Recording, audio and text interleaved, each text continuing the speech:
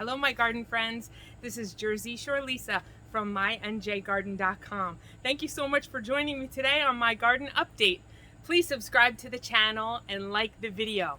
You'll never believe what I found today when I was walking through the garden. It's very exciting. First time this plant has ever produced fruit for me, but it makes me a little nervous and I have to share it with you.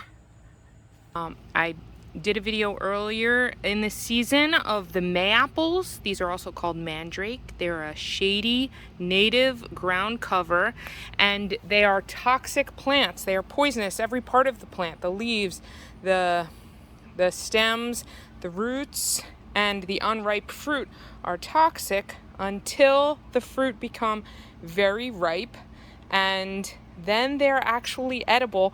And I found one today. It had fallen on the ground. Now there is one that's still hanging on. This is not quite ripe yet because you can see it's turning yellow, but it's not quite yellow yet. And so that would not be good to eat. But this one that's in my hand was totally yellow and it had fallen on the ground. And so I picked it up and I broke it open and I smell it, and it smells so tropical. It smells like pineapples and mangoes, and you can see these little seeds. I don't know if it will focus. See all these little seeds inside of it. So I'm not gonna eat it because I'm still nervous about the fact that I know it's edible, but I'm not eating it. So I am gonna save the seeds though and try and germinate them and make some new mandrakes, Mayapples, from seed, because this looks like a lovely little fruit. And then maybe I'll share those plants with other garden friends. I just wanted to share that with you. Oh, and also on this other side here, I have groundnuts growing, Apios americana, and they are an edible legume. They're a perennial vine in the legume family. They create edible tubers down below, and they also make beans along the vine. But I wanted to show you the flowers because they're blooming now. So they're kind of really interesting and cool. They are a burgundy color, a pale color on the outside of the flower, but inside of the flower it's a much more deep and rich color. I think they're really beautiful. My trellis here is just a cheesy small tomato cage, but they would be lovely crawling up any ornamental decorative trellis, and because they're in the legume family, they improve the soil around it. Then behind this is the sweet pepper bush, which is also a native shrub. The flowers can be used, they have a soapy quality. They lather when you wet them and rub them together. So that's what the flowers look like. And the pollinators are really loving these flowers. Here's another bit of flowers. So just so that you know what's blooming as far as New Jersey native plants go, this is mid-August and they're blooming now. The sweet pepper bush is a really nice native alternative to the butterfly bush, and it's the host plant to many native species of wildlife. So consider adding that to your yard. Garden friends, there's also gagoots ready to be harvested. It got away from me, so it's bigger than it should have been when I picked it, but here we go. That's pretty serious for a squash, I think. So we'll bring that one inside. There's another one over here. Let me grab this. Can you see? Oop. Okay, wow, that's serious. So, and I think there's actually a smaller one over here that I noticed earlier. So this is probably going to be good to eat, similar to the way you would eat a zucchini. There we go. So 3 gagoots. Look at this, by the way. These are the Jerusalem artichokes, the red-skinned sunchokes. And on this side of the yard, they did beautifully last year. They thrived, but they didn't get more than about 6 feet tall. And now I'd say they've already hit that. And I don't think they're stopping anytime soon. They're more than 6 feet tall at this point. So they just needed a season to get going. They're big now. These are some beautiful blue sweet potatoes. The tubers are blue. Obviously the plant is not blue. In this barrel, and they're doing beautifully. Here are some purple pole beans. I got these seeds from my garden friend Phil Potter in Beechwood, New Jersey.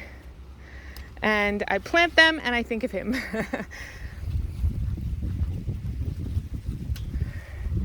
And so I have some of these to harvest and bring in. They are delicious, raw or cooked. They do hold their color after they're cooked, so they don't. Some purple beans turn green when they're cooked, but these do not. And then we also have some Bella Rosa eggplant that are ready to pick. They are white and purple eggplant, and they stay small in the shape of a little ball. So there we go. Bring some of that inside. So these are the beach plums, and beach plums are a native New Jersey shrub. They grow all along the East Coast. But they are definitely found frequently at Island Beach State Park, which is our local state park here in Ocean County, New Jersey. And they bloom in May, so you can go in May and drive up and down the long strip of Island Beach State Park right along the coast, and you'll see all the beautiful beach plum bushes in bloom, covered in white flowers. It's really a magical time to go and see them. And then now is when they are ready to be harvested. So the ones that are really purple are the ones that are really ready to pick and use.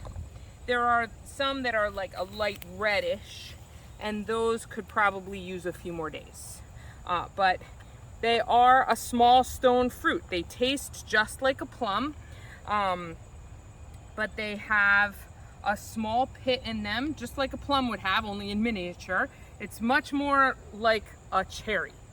So if you had one of those little gadgets that you can use to push the pit out of a cherry, that would be a great way to process beach plums, to use them in cooking or baking or things like that. What I think, I don't have one of those, so what I think I'm going to do is I'm going to pick a bunch of beach plums and I'm going to make them into a jam. And I'm going to boil them and add sugar and pectin if I need to, and strain out the pits and the peels and make a really tasty jam out of it. But this is a beautiful native fruit. I do have 3 in the yard. When you plant them, they thrive in sandy soil. Obviously, they grow along the beach. So they work out really well in my yard because I have very sandy soil. I would suggest strongly to get at least 3 beach plum bushes. Beach plums get to be about 6 feet wide and high when they're mature. Could top out a little taller and wider than that, but generally at about 6 feet. Keep that in mind when you're thinking of mature spacing. But the reason I say 3 instead of 2 is at my old property, I had 2 beach plums and I never got a great harvest because they would constantly bloom and just miss each other. One would bloom, and just as those flowers were dropping, the next one, the flowers would open up. So I'd get a few beach plums every year, but very few. Never like this much coverage of fruit. So if you get 3, you're more likely to have an overlap with the amount of time that the flowers will be in bloom. You want them to the pollinators to have access to them for a few days without big heavy rainstorms and things like that, so that they can really pollinate them effectively. And so over here we can see another beach plum that's really covered in fruit. They're soft. They have some give when they're ready to be picked. And you can see them there. So I'll open it up and you can see the pit looks just like that.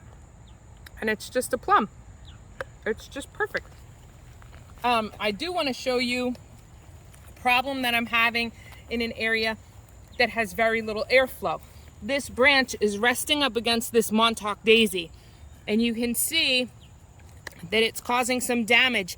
That's definitely some kind of fungus that's happening to the fruit, and that's really because there was no airflow there. So if you see problems like that, you can kind of you can get ahead of them. When you see that there's very little airflow or the fruit is getting very heavy, just make sure to prune around the bush so that you can avoid fungal problems. I'm not going to pick those right now with the hands that I'm using to pick all the other ripe fruit that I intend to eat.